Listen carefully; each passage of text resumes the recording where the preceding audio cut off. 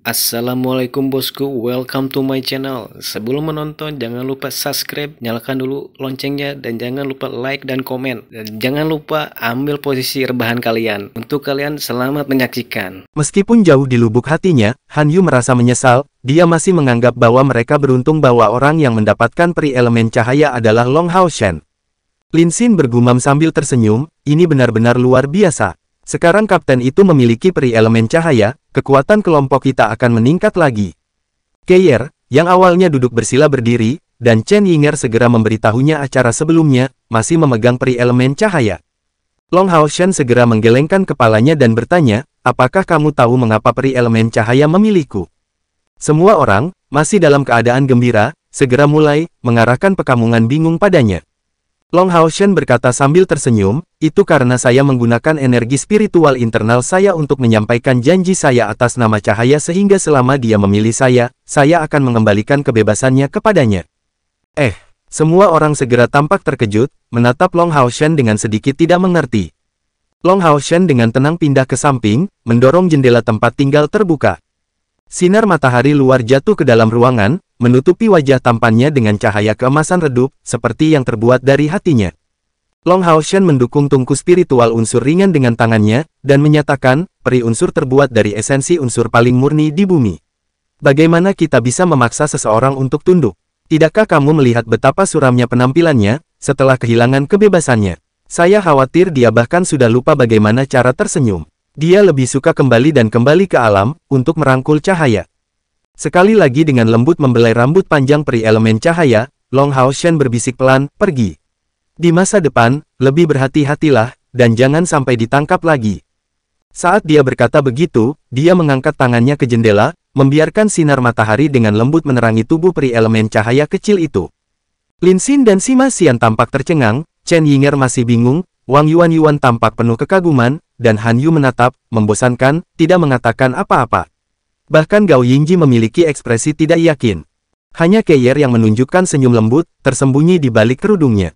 Itu benar, dia bertingkah sangat bodoh, tetapi justru karena hatinya yang baik itulah dia adalah bocah bodohku.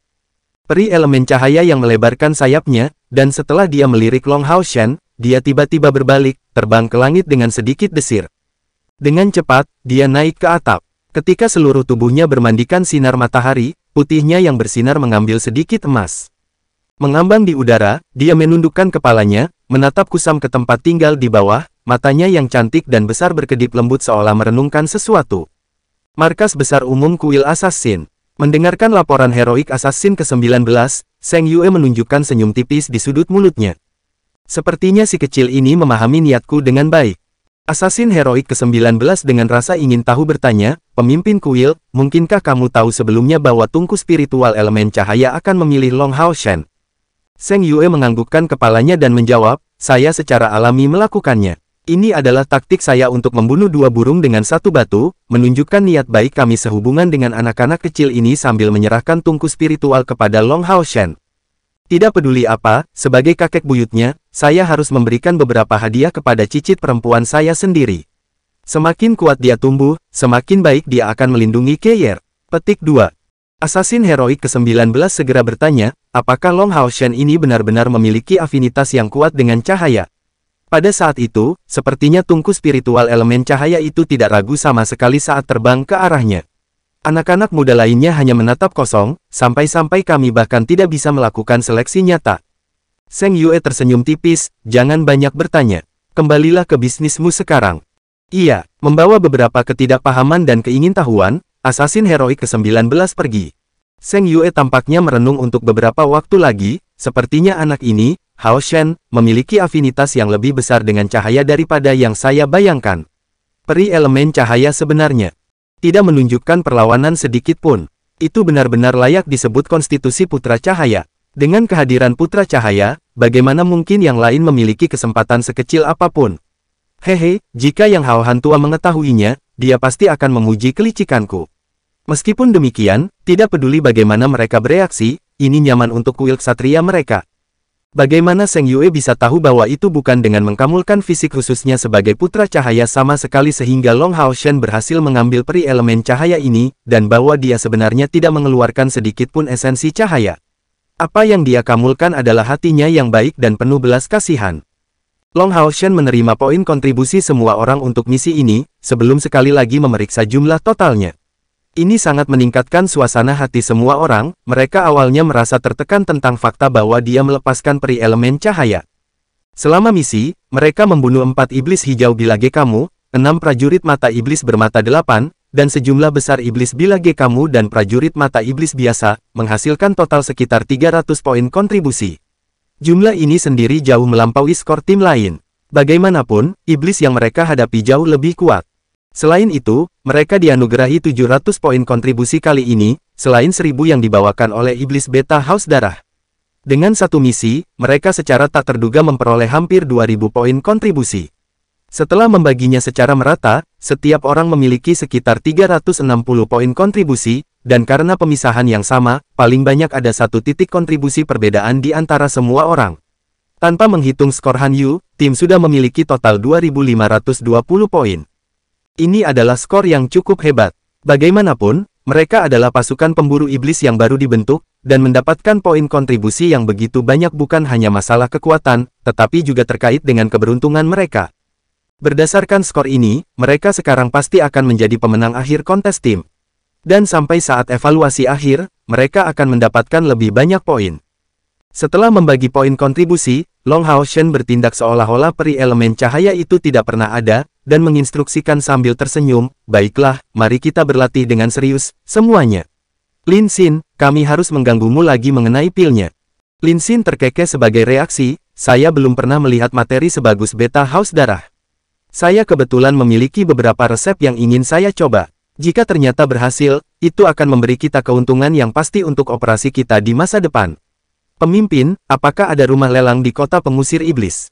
Gao Yingji mengangguk dan menjawab, "Ya, ada. Pegunungan pengusir iblis menjadi kota yang sangat penting, rumah lelang besar aliansi secara alami memiliki cabang di sini. Apa yang kamu rencanakan?"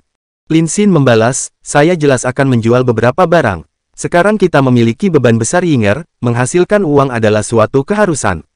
Mereka tidak menyembunyikan apapun dari Gao Yingji yang berkaitan dengan babi harta karun bayangan cermin mistis Chen Yinger.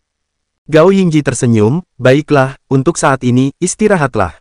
Ketika ada misi baru, kalian secara alami akan diberitahu." Gao Yingji pergi dan semua orang kembali ke tempat tidur masing-masing. Keinginan mereka untuk mengatasi iblis hanya tumbuh lebih kuat seiring waktu, tetapi saat ini, mereka hanya dapat diabaikan dibandingkan dengan ras iblis yang tangguh. Hanya dengan terus meningkatkan kekuatan mereka, mereka akan berhasil menyelesaikan misi yang lebih menantang. Dengan demikian, prioritas untuk saat ini adalah menjadi lebih kuat.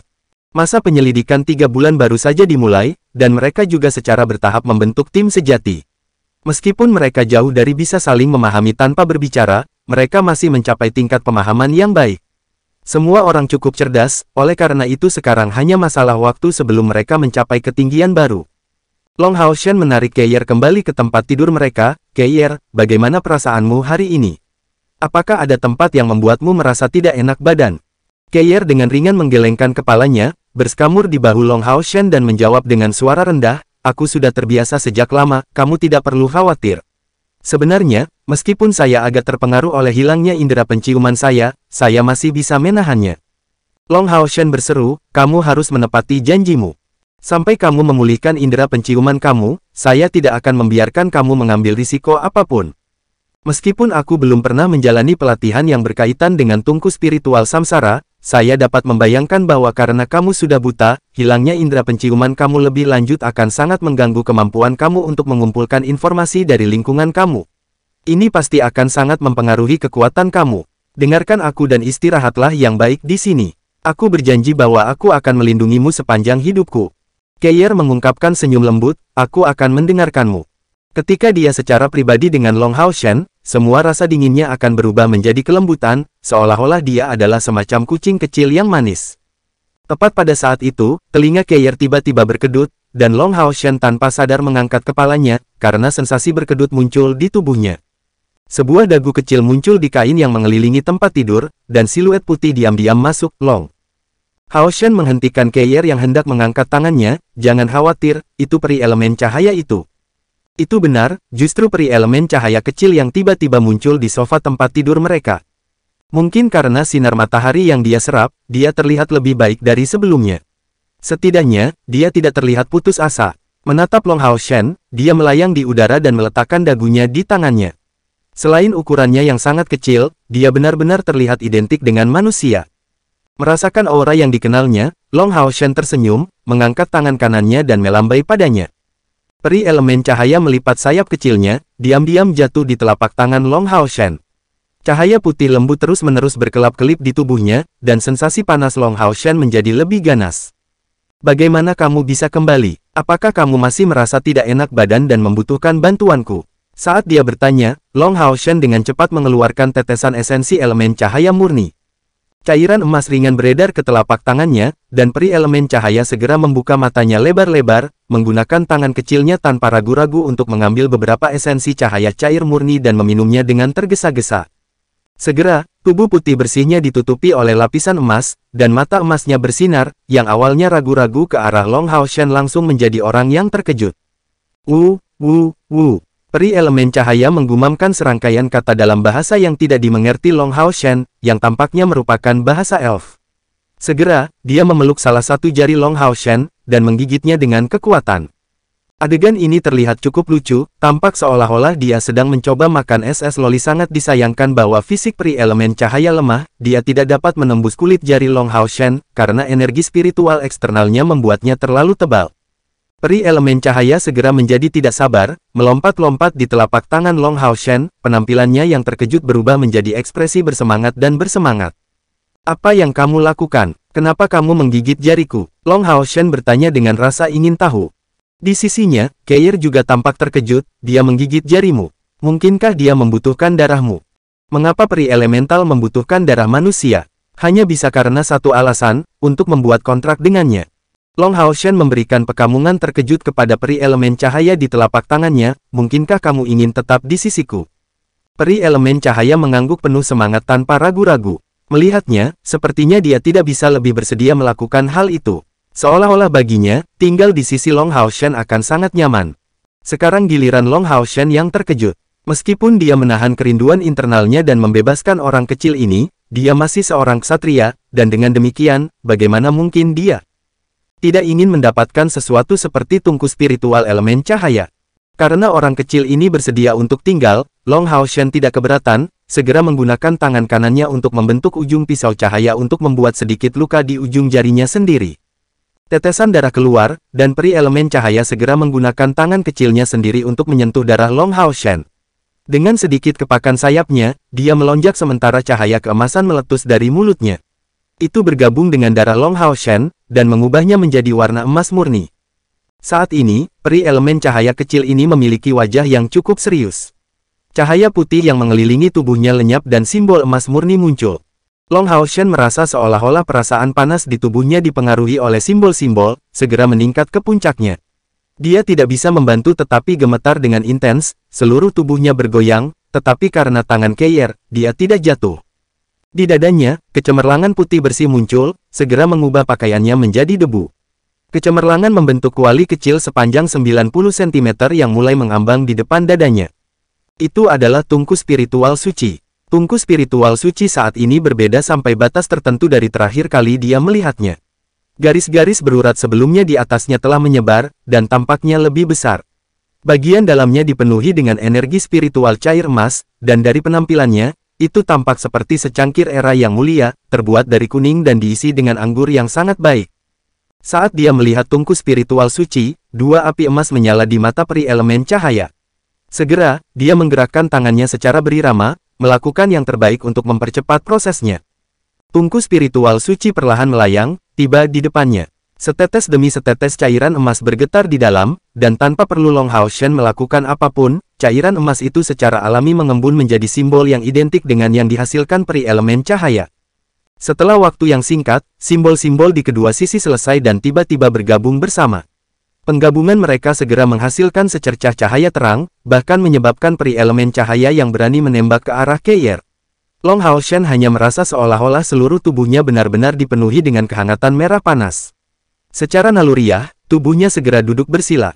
Simbol aneh yang langsung terukir di tungku spiritual suci, dan segera setelah itu, dada Long Hao Shen diterangi oleh simbol warna emas murni.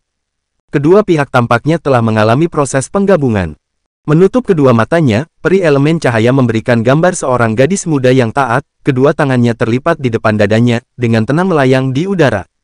Warna emas murni dan warna emas pucat akhirnya bergabung sempurna menjadi satu entitas, berubah menjadi warna emas yang sangat lemas. Simbol emas ini menembus dada Long Hao Shen sekali lagi, dengan lembut bangkit, sebelum berhenti setelah mencapai ruang di antara alis Long Hao Shen. Pada saat ini, yang lain dari regu pertama tiba-tiba terbangun dengan awal, karena ledakan tiba-tiba dari esensi cahaya yang begitu kuat. Orang-orang yang merasakannya lebih dulu adalah Sima Xian dan Han Yu. Keduanya adalah pengguna elemen cahaya juga, mereka segera menyadari bahwa energi spiritual internal atribut cahaya padat di tubuh mereka berkumpul dua kali lebih cepat dari biasanya. Apa yang terjadi? Wang Yuan segera mengambil perisai jiwa ilahi miliknya. Jangan bergerak, dia baik-baik saja. Tungku spiritual elemen cahaya itu kembali lagi, dan mengambil inisiatif untuk memulai kontrak dengannya. Keir tidak jatuh setelah ditembak, dan sekarang berdiri di tanah, mencegah yang lain mendekati tempat tidur. Pada saat itu, semua orang hanya bisa melihat cahaya terang meledak dari balik tirai, membuat esensi cahaya di seluruh tempat tinggal sangat berlimpah. Han Yu tiba-tiba berkomentar, Sima Xian, cepat dan berkultivasi. Dengan mengkamulkan esensi cahaya yang padat itu, mungkin kamu akan menerobos kemacetanmu. Meskipun Sima Xian pada dasarnya lugas, dia masih cukup cerdas dan segera mengerti apa yang dimaksud Han Yu. Dia bergegas untuk mengambil pil ledakan spiritual terakhir yang dia miliki, yang awalnya sangat tidak ingin dia pisahkan, dan berusaha untuk membiarkan tubuhnya memasuki kondisi kultivasi. Keir dengan tenang berdiri di sana, tidak bergerak, merasakan setiap gerakan di sekitarnya. Saat seseorang menyatu dengan tungku spiritual adalah untuk panggilan apapun saat ketika mereka akan menjadi yang paling rentan. Karena itu, dia harus melindungi Long Hao Shen selama ini. Tepat pada saat itu, Hao Iwei yang telah tidur di sisi ruangan, tiba-tiba mengangkat kepalanya. Keenam matanya berkilau ungu, aura mengerikan tak berbentuk meledak dari tubuhnya. Babi harta karun gambar cermin mistis yang ditahan melawan Chen Yinger terlepas dari pelukannya, bersembunyi di kaki Chen Yinger. Semua orang termasuk Keir merasakan kekuatan yang mengerikan dan menatap Hao Iwei dengan sangat terkejut. Niat mengerikan Hao Iwei tidak diarahkan pada mereka, tapi dia meraung 3 kali ke arah tirai di depan Long Hao Shen, dengan kuat berdiri. Setelah tidur cukup lama, begitu dia berdiri, semua orang samar-samar bisa merasakan bahwa tubuh Hao Iwei tumbuh cukup besar, tetapi fitur yang lebih berbeda adalah dia tampak lebih kuat dari sebelumnya. Yang lain tidak mengerti apa-apa secara khusus dari geraman Hao Iwei yang bernada rendah, tetapi duduk di sofa tempat tidur, Long Hao Shen tidak sama. Simbol emas yang mencapai dahinya segera menyebabkan dia sangat kesakitan. Di tengah dahi Long Hao Shen, 9 simbol ungu secara bertahap muncul, mengeluarkan aura penindasan yang kuat yang bertabrakan dengan keras dengan simbol emas. Long Hao Shen tiba-tiba berteriak, menyemburkan darah, dan peri elemen cahaya di depannya langsung menjadi pucat. Membuka matanya lebar-lebar, dia ngeri melihat simbol ungu itu. Pada saat itu, simbol ungu tampak menjadi hidup. Aura sedingin es, menakutkan, dan sombong terus-menerus dilepaskan dari dalam diri mereka. Long Hao Shen telah kembali ke akal sehatnya, dia tidak akan pernah menyangka bahwa tungku spiritual sucinya tidak akan menghalangi tetapi membantu penggabungannya dengan peri elemen cahaya, tetapi kontrak darahnya dengan Hao Iwei di sisi lain sebenarnya akan memiliki perlawanan yang kuat terhadap penggabungan. Mengenai alasannya, tidak hanya Long Hao Shen tetapi bahkan orang dari langkah ke-9 tidak akan tahu jelas tentang hal itu. Dibandingkan dengan tungku spiritual lainnya, keunggulan terbesar peri elemental berbohong dalam kecerdasannya yang sangat tinggi. Tungku spiritual elemen cahaya ini awalnya tidak kembali hanya karena kebaikan Long Hao Shen, tetapi lebih tepatnya karena tubuhnya dalam kondisi yang sangat lemah. Dengan indranya yang halus, dia bisa merasakan bahwa banyak orang hebat hadir di pegunungan pengusir iblis, dan bahwa dia sama sekali tidak dapat menyembunyikan kehadirannya dari mereka. Meskipun Long Hao Shen melepaskannya, dia takut ditangkap oleh orang lain jika dia mencoba pergi. Karena ini masalahnya, dia lebih suka tinggal dengan manusia yang baik hati seperti Long Hao Shen daripada yang lain. Tetapi pada saat dia tiba di depan Long Hao Shen dan merasakan energi spiritual cairnya, dia menemukan bahwa manusia di depan matanya sebenarnya memiliki fisik khusus, fisik dari putra cahaya. Di dunia peri, keberadaan ini tidak disebut putra cahaya, tetapi baginya, fisik Long Hao Shen lebih berharga daripada harta karun manapun di dunia. Selama dia bisa tinggal bersama dengan Long Hao Shen, dia tidak hanya tidak perlu khawatir tentang cederanya, tetapi dia juga akan dapat berevolusi jauh lebih cepat daripada kerabatnya yang lain. Setelah terus menguat, mungkin suatu hari dia akan bahkan. Oleh karena itu, peri elemen cahaya tidak memiliki keraguan sedikit pun, dan segera memilih untuk bergabung dengan Long Hao Shen. Simbol emas yang dihasilkan setelah penggabungan adalah kontrak antara mereka berdua.